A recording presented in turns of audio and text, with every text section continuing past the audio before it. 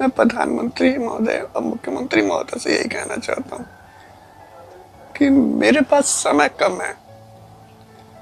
2.5 से 3 महीने मेरे पास समय है। मेरा ट्रांसप्लांट कराया जाए। फेफड़े का ट्रांसप्लांट करने के लिए हमारे पास उतने पैसे नहीं है, ना ही हम उतने दे पाएंगे। आज जब से निवेदन है कि मेरा जीविका बचाई जाए।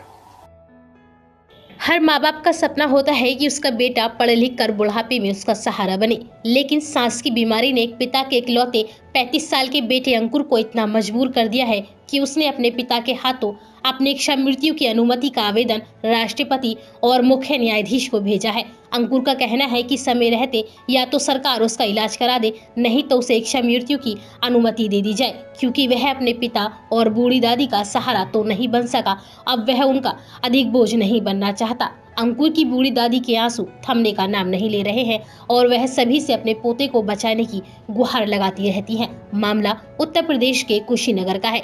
यहाँ एक अभागा पिता अपने ही इकलौते बेटे की इच्छा मृत्यु मांगने को मजबूर है। उसका बेटा पिछले 3 महीनों से असहनीय दर्द से तड़प रहा है। युवक अपने पिता की बेचारगी नहीं देख पा रहा है। उसने प्रधानमंत्री मुख्यमंत्री से फेफड़ा बदलवाने या फिर मौत देने की गुहार लगाई है।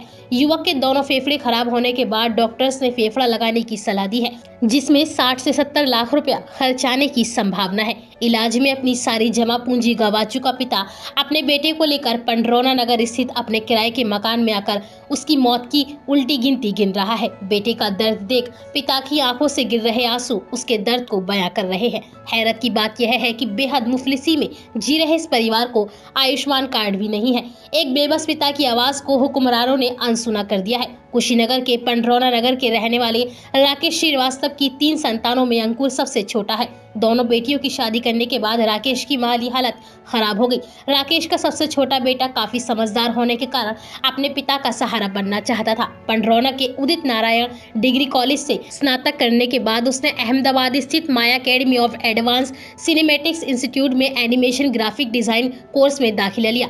एडमिशन लेने के 3 महीने बाद ही अंकुर की अचानक तबीयत खराब हुई, जिसके बाद उसे एक अस्पताल में भर्ती कराया गया।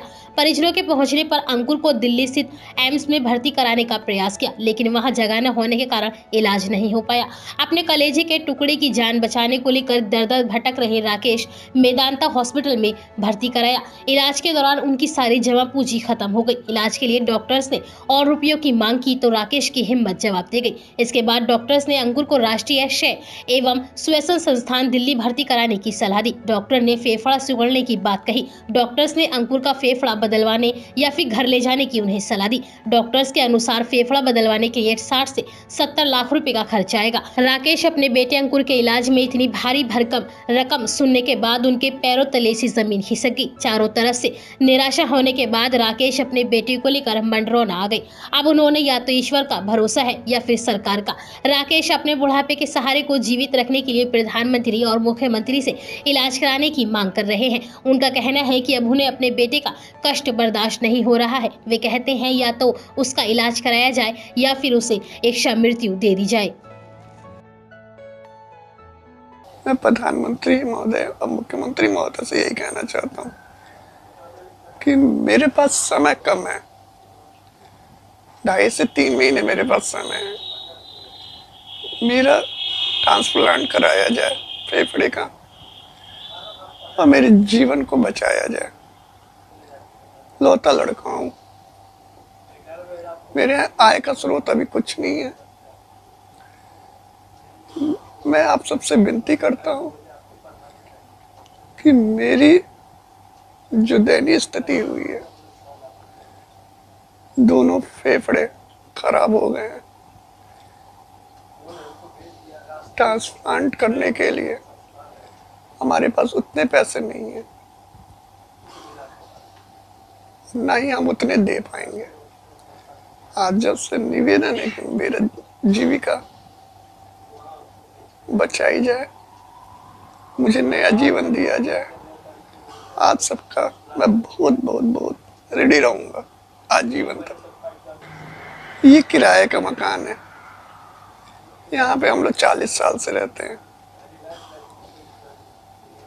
इसके अलावा हमारे पास कोई नहीं, मकान वकान कुछ नहीं है, ना ही कोई जमीन है। लौता लड़का हूँ,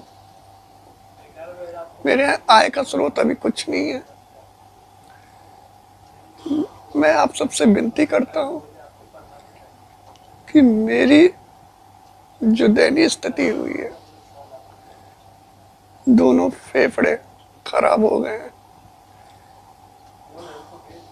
ट्रांसप्लांट करने के लिए हमारे पास उतने पैसे नहीं है, ना ही हम उतने दे पाएंगे। हम लोग साहब किराए के मकान में रहते हैं। हमारी माँ 95 साल की है।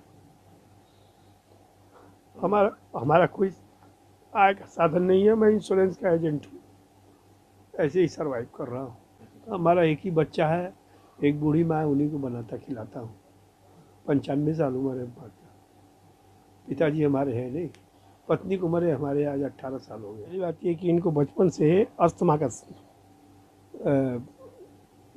परेशानी था, लेकिन ये आज तक आराम से चलते चले आ रहे थे। बीच में इनकी हालत बहुत ख़राब हो गई तो हम लखनऊ गवर्नमेंट हॉस्पिटल हजरतगंज में एडमिट कराए। वहाँ लोगों ने कहा कि इनका लंग्स ख़राब हो गया है।